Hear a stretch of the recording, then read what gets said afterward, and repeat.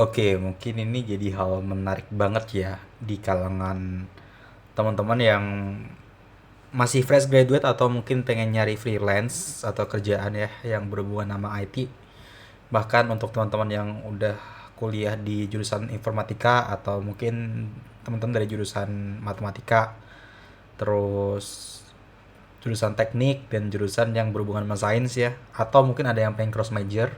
Itu karena perkembangan zaman makanya banyak orang-orang yang nyemplung banget nih di bidang IT atau teknologi gitu. Contohnya kayak ada yang jadi digital marketing, data science, data analis, kemudian sales yang main ke otomasi. Sebenarnya banyak banget hal-hal yang di luar sana. Itu segala yang berhubungan dengan karir itu nggak jauh jauh dari IT. Lu jadi project manager, lu butuh ilmu IT. Lu jadi operasional atau HRD, lu butuh ilmu IT.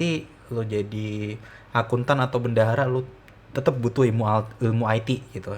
Ya, jadi intinya IT itu bakal diperluin banget. Cuman di sini gue bakal ngomongin soal karir di bidang teknologi secara anak IT neril ya, neril anak IT yang rame ya, yang rame atau yang common gitu, atau yang possible gitu. Jadi di sini gue pengen bahas tentang apa aja sih sebenarnya skop-skop karir di bidang teknologi yang ada di Indonesia gitu kan.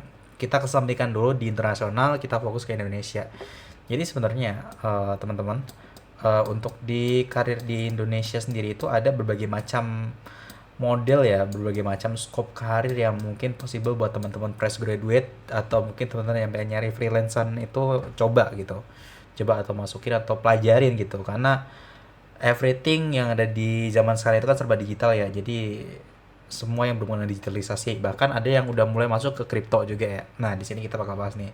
Yang pertama, yang rame banget nih orang-orang gencar-gencar kalau misalnya orang-orang taunya yang udah masuk IT itu mindsetnya, oh gue anak IT, gue bisa ngoding, gue bisa bikin aplikasi, gue bisa program. Ya itu pasti mungkin ya, tapi pastinya bukan 100% gitu, sebagian gitu. Cuman kalau dari sisi karir, programmer ini adalah sesuatu atau role atau peran yang rame banget orang-orang itu terjun gitu atau nyemplung gitu ya. Karena kalau misalnya kalian semua lihat di Indonesia banyak banget komunitas-komunitas pemrograman atau komunitas-komunitas developer gitu kan yang mereka jago-jago ngoding, baik dari Golang, Python, kemudian PHP, JavaScript. Banyak komunitas-komunitas di bahasa pemrograman tertentu juga spesifik, bahkan semua bahasa pemrograman. Dan nggak jarang, sorry, dan nggak sering juga ya, dan nggak sering juga, bahkan sering banget ya, itu banyak yang sering ngadain event-event conference untuk ngumpulin para developer kayak Google nih kemarin. Kadang Google ada juga komunitas buat ngadain event conference juga, ngumpulin orang yang jago pemrograman, terus mereka nyediain em, kelas master class yang dimana udah menjurus ke AI gitu kan. Jadi banyak orang-orang yang zaman sekarang bahkan dari dulu mungkin nyemplungnya ke programmer gitu. Kemudian role selanjutnya itu ada teknisi atau engineer. Ini commonly ini sebenarnya kalau di nyata role teknisi ini sendiri atau engineer ini sendiri common banget ya, kayak misal eh, kita let's say lah ya pengen ngebenerin AC, nyari tukang AC, ngebenerin laptop nyari tukang laptop, ngebenerin HP nyari tukang servis HP gitu kan. Nah, teknisi itu juga perannya kayak gitu. Cuman engineer di sini itu banyak spesifikasinya. Engineer di sini adalah orang yang mempelajari suatu sistem atau hal-hal yang secara spesialisasi. Kalau programmer kan spesialisasi membangun. Nah, otomatis kalau programmer itu adalah orang yang membangunnya atau si buildernya gitu kan. Kalau bahasanya itu apa ya? eh, kuliknya lah kalau bahasa kasarnya gitu. Tapi kalau teknisi ini lebih ke arah kuli yang ngebangun, teknisi yang ngawasin, sama ngebuat yang dibangun si kuli ini tuh juga bisa bekerja secara optimal. Ya, bukan berarti yang dibangun sama si kuli ini kalau di dunia nyata itu nggak bekerja secara optimal ya, tapi perlu seorang teknisi untuk membuat sistem yang dibuat oleh si kuli ini bekerja secara optimal gitu, sesuai kebutuhan si pelanggan. Nah, makanya ada role engineer ini, dan ini juga nggak kalah rame ya. Ini juga rame juga untuk role engineer. Kemudian cyber security, wah ini masif banget nih di dunia gua ya, kebetulan karena gua jurusan teknik komputer spesialisasi ke cyber security dulu waktu kuliah. Banyak orang yang bercita-cita pengen jadi hacker. Iya, pengen jadi hacker. Mereka masuk ke cyber security, tiap tanya motivasi kamu apa masuk ke cyber security. Mereka selalu jawab, saya pengen jadi hacker pak. Saya pengen ngehack website pak, gitu. Saya pengen ngehack website mas, gitu kan. Dan dari motivasi-motivasi seperti itu muncullah banyak orang-orang yang mungkin ada yang masuk ke jalan yang salah, ada yang masuk ke jalan yang benar gitu kan. Ada yang jadi security consultant, ada orang yang ngepentest, dan massively banyak orang yang suka ngepentest di cyber security. Jadi cyber security juga masih tren banget nih zaman sekarang nih. Nah, terus ada data dan AI. Data dan AI ini masif juga nih, rame juga. Banyak teman-teman yang dari cross major kayak matematika, fisika, dan kimia dan lain sebagainya, ya mereka nyemplung ke role data dan AI ini karena melihat pasarnya juga masih rame, dan juga mereka mempelajari di perkuliahan itu juga pemrograman juga karena ada penjurusnya ya sekarang ya gitu. Oke, dan yang terakhir yang rame banget ini, blockchain. Siapa yang nggak kenal blockchain? Semua orang sekarang mungkin udah tahu kripto lah ya, karena beritanya suka lewat di Instagram gitu kan, di website juga suka lewat gitu kan.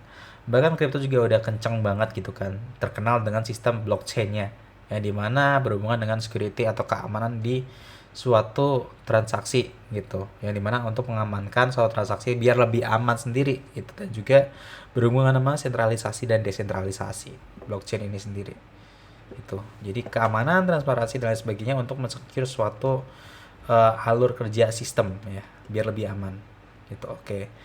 Kalau ngomongin soal career scope ya, programmer ini bisa berkaitan dengan blockchain, bisa juga berkaitan dengan data dan AI.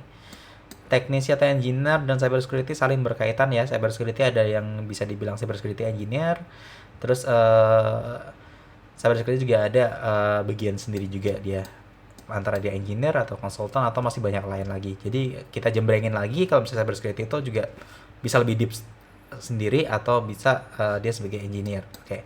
Kita bahas satu-satu. Untuk programmer sendiri ya, untuk programmer ini di sisi programmer itu ada berbagai macam role, sebenarnya banyak banget role-nya. Bahkan di berbagai macam perusahaan itu mereka open nih role-role spesifik kayak web development, mobile, software, IoT, atau bahasa programan secara spesifik seperti nyari Python developer gitu kan, Golang developer gitu. Jadi banyak lah ya, masih banget. Dan role programmer ini nggak bakal pernah punah cuy, nggak akan pernah punah gitu. Jadi setiap waktu ke waktu programmer ini selalu dibutuhkan, dan mostly Gen Z ini mereka terjun ke ranah programming, walaupun secara fase dan secara era mungkin yang mereka lakukan pasti berbeda. Let's say lah dulu di tahun 2010 sampai 2020 lah ya, orang bikin website gitu kan, tiba-tiba muncul nih pemrograman pakai Flutter ya, orang rame-rame pindah, ada yang pindah buat ngoding aplikasi Flutter gitu, atau ngoding website pakai Flutter gitu. Terus tiba-tiba muncul lagi nih AI, orang rame-rame buat jadi AI developer gitu. AI developer mengarah ke programmer ya, agak typo gue kalau ngomong. Oke. Ini untuk scope programmer. Jadi sebenarnya kalau misalnya kita bahas tentang programmer ini nggak ada habisnya ya. Oke, kita lanjut next ke teknisi atau engineer. Engineer ini masih banget kalau misalnya programmer itu orang yang ngebuat atau si kulinya. Kalau engineer ini adalah orang yang nge-make sure kalau misalnya yang dibuat si kuli ini atau atau si pengembang ini itu berjalan sebagaimana mestinya tanpa adanya kekurangan apapun. Jadi let's say lah programmer ini pengen ngebuat suatu gedung lah ya, kalau misalnya kita analogikan sebagai suatu, kayak katakanlah orang pengen bikin gedung. Nah ya, ini let's say gedung, gua tulis gedung. Gedung. Nah, gedung ini dibuat oleh siapa?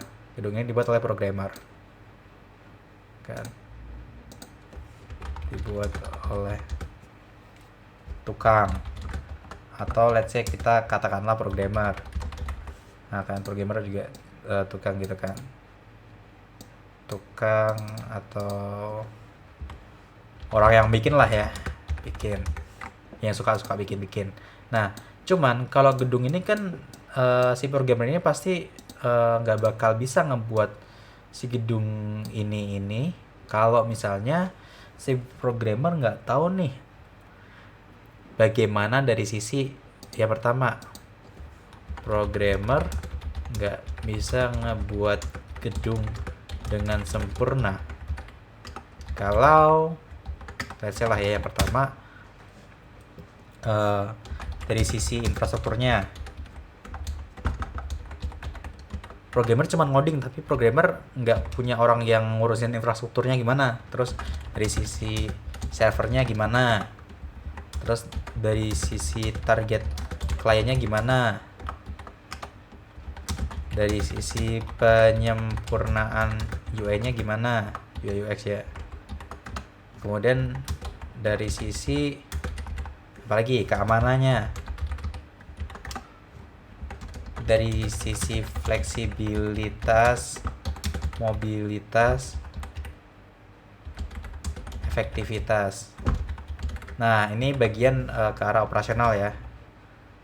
Operationals. Jadi yang poin 6 ini itu mengarah ke misal gedung udah jadi nih, gedung ini mau dipakai buat apa dan cara kerjanya gimana, biar orang paham ketika masuk gedung ini, fungsi gedung ini itu buat apa, itu orang bisa paham.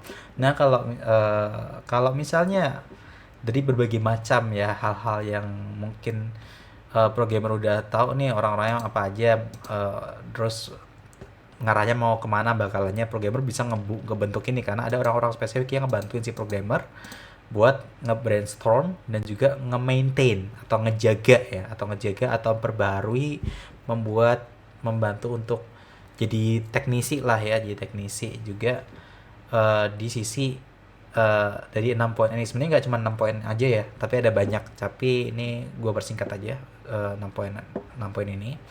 Oke, jadi kalau misalnya udah paham, udah jadi otomatis kalau misalnya programmer udah dapat nih poin-poinnya kemana, barulah si programmer baru bisa bikin gedung itu gitu, gedung itu. Oke, lanjut. Oke, itu untuk konsep teknisi dan programmer. Jadi mereka berdua saling berkaitan sebenarnya. Nah, teknisi ada yang sebenarnya masih bukan baru ya, bisa gue bilang bukan baru banget masuk ke Indonesia, tapi udah lama banget. Cuman ya jarang banget dilirik sebenarnya. Jarang banget dilirik. Mungkin orang-orang nggak tahu apa itu DevOps gitu kan, taunya DevOps itu role, padahal DevOps culture atau orang yang mengembangkan culture yang let's say DevOps engineer. Nah, terus middleware gitu kan, terus IT support, infrastructure, QA, network engineer. Jadi sebenarnya di teknisi ini sebenarnya banyak banget, nggak cuma 6 ini. Cuman ini gue highlight aja ya, karena 6 ini kalau misalnya gue masukin semuanya kebanyakan gitu. Yang pertama, DevOps ini masih minim banget dilirik, walaupun udah banyak DevOps engineer di Indonesia gitu kan. Bahkan sysadmin lari ke DevOps engineer, infrastruktur lari ke DevOps engineer, network engineer juga lari ke DevOps engineer, IT support juga gitu kan, middleware juga gitu. Terus middleware juga ini jadi role ya kurang lebih nggak beda, ilmu-ilmu yang di apa ya, full stack developer juga kepake juga di middleware ya, tapi middleware ini spesialisasi ke engineer. Terus ada IT support juga, kemudian infrastruktur yang berhubungan sama sysadmin tapi mereka fokus ke infrastrukturnya, jadi kolaborasi dengan DevOps. Kalau DevOps itu ngembangin DevOps engineer itu ya spesifiknya itu ngembangin culture-nya ya, culture DevOps-nya biar efektif itu gimana, terotomasi gitu kan. Kemudian infrastruktur yang mikirin gimana cara ngebentuk infrastrukturnya, dari sisi servernya itu seberapa besar, terus ketika ada insiden itu infrastruktur harus mikirin gimana gitu kan. Nah, itu kolaborasi dengan DevOps juga sebenarnya. Kemudian QA ini yang isinya urusan orang-orang yang testing produk gitu, QA. Tapi nggak cuma sebatas testing ya, testing pun nggak gampang gitu, karena yang gue amatin dari teman-teman QA itu juga ada lumayan kompleks lah ya yang mereka lakukan. Terus network engineer ini lebih ke teman-teman yang main ke jaringan komputer lah ya, yang udah recordnya udah banyak banget di jaringan komputer. Terus IT support ini lebih ke general ya, IT support ini lebih ke general, jadi dia bisa apapun atau bisa dibilang IT support ini sebenarnya agak ambigu karena role IT support ini role palu gada banget gitu. Jadi nggak menutup kemungkinan role IT support itu bakal sering disuruh apapun. Baik itu dari sisi IT support ngebenerin PC, jadi engineer, atau bahkan IT support disuruh ngoding gitu kan, jadi programmer minta dibikinin website gitu. Biasanya ada orang-orang yang, let's say perusahaan-perusahaan yang nggak tahu secara fungsionalitas job desk-nya IT support apa, alhasil IT support disuruh buat bikin website. Kadang ada, sering gue temuin ya, perusahaan-perusahaan milenial ada yang masih kayak gitu ya, perusahaan-perusahaan yang belum berkembang gitu, dalam artian kalau perusahaan-perusahaan yang udah berkembang atau udah gede, udah melek, pasti udah tahu lah ya, karena banyak generasi-generasi baru yang udah masuk juga di dalamnya gitu, pasti udah melek. Oke, next ke cyber security. Cyber security banyak banget komunitasnya dan bahkan masih masif banget. Dan tahun lalu juga karena UU PDP juga diberlakukan, jadi by the time cyber security tetap selalu bakal eksis dan juga bakal gede gitu, selalu gede juga. Dan ramainya cyber security itu dari 2019 ya, waktu COVID pandemi, orang-orang bingung cari kerjaan, cari gawe, ternyata cyber security itu makin gede karena banyak orang yang main CTF, banyak orang yang um, main bug hunting gitu kan, walaupun cyber security udah viral banget lama banget gitu kan, tahun 90-an banyak orang-orang ngehack sistem, nge-device sistem, cuman ya baru ramai-ramainya dibahas dan banyak muncul komunitas-komunitas cyber security itu di tahun 2019 startingnya ya. Correct me if I'm wrong, tapi ya yang gue amatin waktu COVID lah intinya ya, waktu COVID dan sebelum COVID gitu. Banyak role-role yang teman-teman di cyber security itu ambil, kayak SOC, pentest, auditor gitu kan. Terus security engineer atau konsultan, ini scope-nya general ya. Dia bisa jadi konsultan, bisa jadi engineer. Ya intinya engineer plus konsultan lah. Dia yang ngurus sistem keamanan, dia juga jadi konsultan buat ketika klien ada konsultasi gitu. Terus ada threat intelligence yang hobinya nge-stalking, tapi ini stalkingnya bukan stalking orang aja, tapi stalkingnya itu lebih ke arah stalking kerentanan ya. Let's say suatu perusahaan dapat virus, kita analisa virusnya itu datangnya dari mana nih. Ini threat intelligence juga salah satu bekerja kayak gitu. Terus digital forensik. Paling seru sih ini sih. Kalau misalnya lu semua yang pengen jadi detektif, forensik adalah salah satu target utama lu untuk lu pelajarin. Udah itu. Oke. Kemudian scope yang lainnya ada data dan AI ya, data science, data analis, AI engineer, marketing atau lead gen, prompt engineer. Nah, data dan AI ini kebanyakan juga banyak dari teman-teman yang di luar dari non IT masuk ke sini. Contohnya teman-teman dari jurusan matematika gitu kan, teman-teman dari jurusan matematika, teman-teman dari jurusan fisika, bahkan ada yang jurusan asal gitu lah ya, maksudnya jurusannya random gitu, intinya jurusan random, tiba-tiba dia kepo pengen belajar gitu karena lihat peluang di data dan AI ini potensi banget nih, alhasil dia masuk ke marketing, dia pelajarin tentang konsep lead generation, dia pelajarin tentang konsep cara scraping gitu kan. Cara scraping suatu website buat ngolek data gitu. Nah, terus ada data analis juga, terus ada prompt engineer. Prompt engineer ini lebih ke arah orang-orang yang terjun ngembangin suatu fitur AI, mereka ngembangin prompt, misal ada prompt A, ini possibility-nya itu bakal keluar jawaban kayak mana, terus ngolah data lagi dari prompt itu gitu, prompt engineer. Dan nanti sebenarnya kita coba buat practice juga ya di video-video lainnya buat bermain prompt engineering di ChatGPT juga gitu. Oke, dan last ini ada blockchain. Blockchain ini masih banget sekarang dan bahkan peluang untuk scaling up karirnya gede banget gitu ya. Dan kalau ngomongin soal gajinya blockchain developer dan blockchain engineer ini pakai kripto. Teman gue ada yang dia juga software engineer, dia mainnya ke Web3 atau blockchain. Banyak ya, nggak perlu gue sebut gitu. Tapi mereka ada yang bermain ke sini dan selain mereka pakai kripto. Jadi peluang buat jadi blockchain engineer sebenarnya gede banget dan bagus banget. Cuman ya di highlight kita adalah ilmu yang dipelajari di blockchain ini mostly new gitu. Jadi buat kita ya orang-orang Indo yang mungkin terjun buat main ke kripto, mungkin kalau misalnya ngomongin soal investasi kita paham lah gitu kan. Cuman kalau ngomongin soal jadi engineer bisa kita coba, cuman yang ditanya itu adalah apakah ada perusahaan di Indonesia yang secara masif mencari kalian para blockchain engineer dan blockchain developer. Kalau misalnya ngomongin soal proyekan banyak, tapi perusahaan untuk nge-scaling up karir kalian itu yang jadi pertanyaan. Yang di Indo ya, kalau ngomongin soal luar negeri pasti ada lah ya. Luar negeri pasti ada gitu. Dan ini potensi banget blockchain karena ilmu-ilmu yang kalian pelajari di blockchain itu banyak, kayak hashing, crypto, ngoding gitu kan. Terus alur kerja bisnis, transparansi, sistem mining kayak lo nambang emas tapi emas digital dan sebagainya, itu gimana konsepnya gitu kan. Nah, pokoknya blockchain ini ngehubungin berbagai macam ilmu sebenarnya gitu. Oke, ini ya bahasanya. Kalau ngomongin soal karir juga yang perlu kita hack itu ada 4 ini yang perlu teman-teman mungkin pelajarin ya. Ini suggestion dari gua, dari sudut pandang gua maksudnya. Dalam artian oke lah developer banyak banget gitu. Tapi yang jadi pertanyaan, developer banyak, cuman keempat role ini itu udah banyak atau belum gitu. Itu jadi pertanyaan. Nah makanya yang perlu kita highlight aja adalah buat teman-teman yang masih belajar atau fresh graduate, bahkan yang di luar informatika ya gitu ya. Oke lah kalian fine aja sebagian besar pengen belajar jadi developer.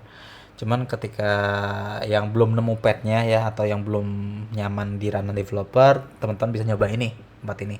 Baik itu DevOps, DevSecOps, Security Engineer, karena masih banget Security Engineer, tapi nggak apa lah nyoba buat masuk Security Engineer karena tiap orang atau tiap Security Engineer pasti punya signatur masing-masing juga.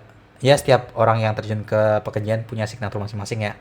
Terus blockchain juga gitu. Jadi keempat ini yang perlu kita highlight buat teman-teman jadi pertimbangan. Kayak teman-teman yang fresh graduate atau mungkin yang masih kuliah mikir, oh gue nanti ketika lulus kerja apa ya yang perlu gue buat ya untuk proyekannya gitu. Oke, keempat ini yang perlu kita highlight.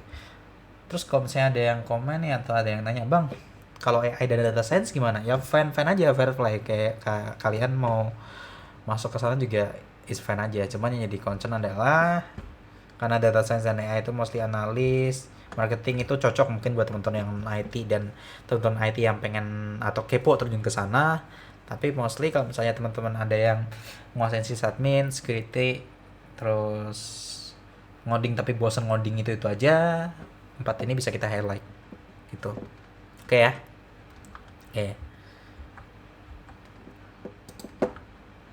Kemudian nih kalau ngomongin soal karir path nih, sebenarnya kita bisa bandingin jumlah programmer kayak tadi yang gue bilang ya, di Indonesia itu banyak banget role yang buka atau nyari programmer. Kalau lu lihat nih di atas mana ya, nih kalau lu lihat di atas nih di tab gue 1000 coy, 1000 orang yang open role programmer ini 1000 gitu. Orang-orang atau perusahaan-perusahaan nyari programmer itu 1000 perusahaan lebih gitu di Indonesia. Ini di Indonesia nih, masih di Indonesia. Nah kalau security engineer itu ya walaupun ini LinkedIn ya fluktuatif ya, cuman kadang orang yang open role security engineer ini nggak terlalu sebanyak programmer gitu ya. Bisa kita lihat ya, security engineer ini nggak terlalu sebanyak programmer sebenarnya. Nah lebih kecil lagi DevOps engineer gitu. Mungkin orang-orang udah pada tau lah ya tentang DevOps itu apa sih. Oh DevOps itu gini culture yang gabungin Dev dan Ops. Cuman yang pertanyaan itu adalah role DevOps ini ada berapa banyak di Indonesia? Orang-orang jadi DevOps engineer untuk perusahaan Indonesia ya, untuk perusahaan Indonesia kita highlight itu udah berapa banyak gitu. Kalau misalnya DevOps engineer kayak oh gue DevOps engineer di perusahaan asing tapi di luar negeri gitu, di perusahaan Singapura, berarti orang itu nggak kerja di perusahaan Indonesia itu. Jadi kita highlight kita adalah seberapa banyak role DevOps engineer di Indonesia ini sih. Jadi makanya itu tadi gue headlight ya di sini. Gue kesampingkan programmer tapi gue lebih fokus ke security engineer, DevOps, DevSecOps dan blockchain gitu. Itu ya. Oke. Mungkin itu aja. Kalau misalnya kalian pengen discuss atau tanya tentang career path atau konsultasi, kalian bisa join Discord Duoxploit ya buat ngobrol bareng gue.